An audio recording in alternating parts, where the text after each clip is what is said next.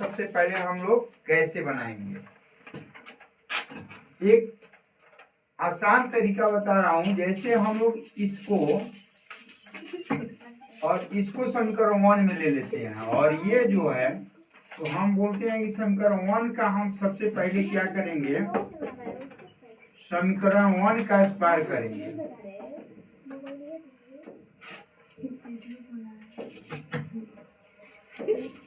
और समीकरण 2 का भी स्क्वायर करेंगे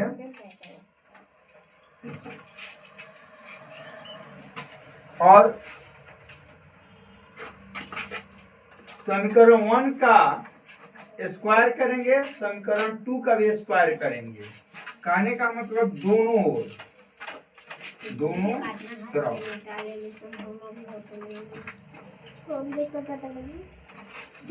दोनों तरफ यानी इस समीकरण के लेफ्ट को भी वर्क करेंगे और राइट को भी। फिर समीकरण 2 में लेफ्ट को भी वर्क स्क्वायर करेंगे और राइट को भी।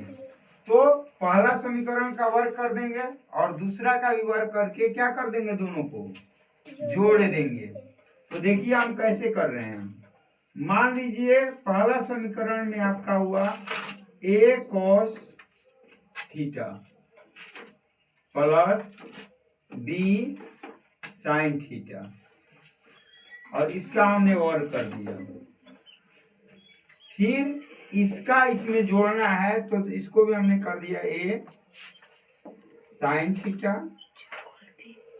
माइनस b cos थीटा और इसका भी वर्ग हो गया।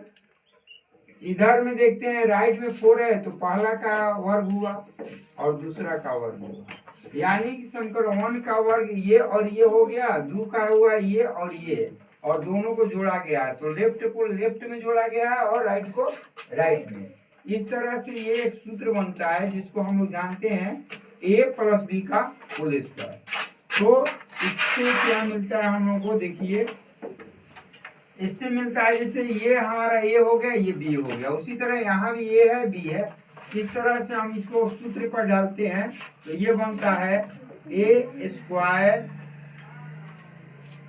cos square theta plus b square sin square theta और प्लस में हम लोग जानते हैं कि यहाँ होता है 2ab, तो इसका हो गया a sin theta into cos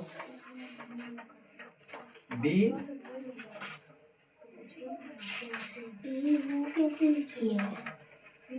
sorry a cos theta b sin theta, ये हो गया a प्लस b का होल स्क्वायर सीधा आ गया और दूसरा का यहाँ है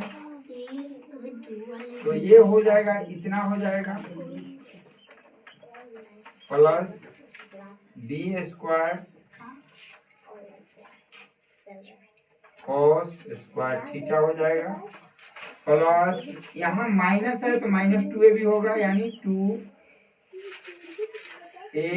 sin theta into b cos theta और बराबर में जब हम लोग जा रहे हैं तो 4 का वर्ग होता है 16, 3 का होता है 9। अब आगे बढ़ते हैं, ये वाला अगर मिलाएंगे हम तो प्लस में जितना है उतना ही आपको माइनस में मिलेगा।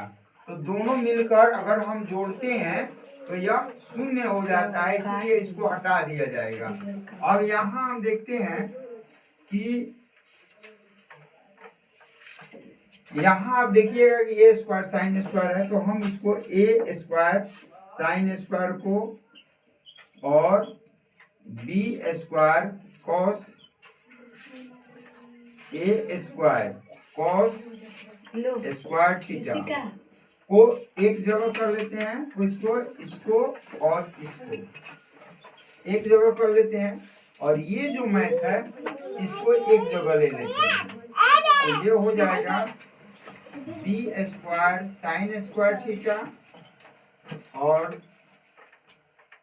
b square cos square theta और ये जो अब हम 16 हम जोड़ेंगे तो ये 25 हो गया।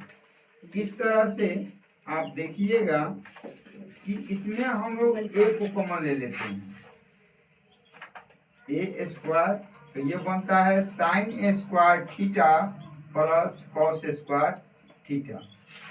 और इसमें हम लोग बी को कॉमन ले लेते हैं, तो जब बी को कॉमन ले लेते हैं तो ये भी बनता है sign square theta plus cos square theta, और यहाँ इक्वल हमारा 25 है।